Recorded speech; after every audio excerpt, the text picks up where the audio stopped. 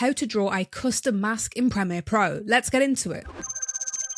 Start by selecting the clip you want to draw the custom mask on. Then come over to your left toolbar here and select into the Object Mask tool, click and hold, and then come down to the Pen Mask tool.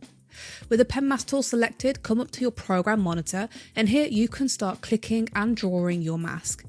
So to begin with, let's click down on our mask and create the initial point. This is going to create the first anchor point. Now, depending on what you are masking, you may want to have curvature or you may just want to have straight lines. If you want straight lines, you're just going to click to create a straight line like so. However, if you want to have curvature, you're going to click, hold and drag like this to create a curved anchor point, as we can see right here. And then you can do this throughout your entire mask. So I'm just going to quickly trace around the eye of this subject here.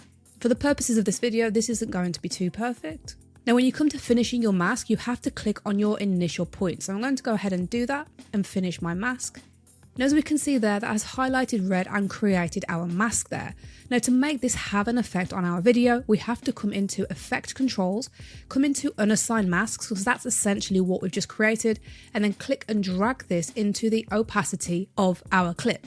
If you want to go ahead and track this through the use of keyframes, you can do this by coming into the tracker and clicking the play button. Sometimes it can have funny results depending on your footage, but as we can see there, that's done a pretty good job of tracking that movement. And that's all there is to it.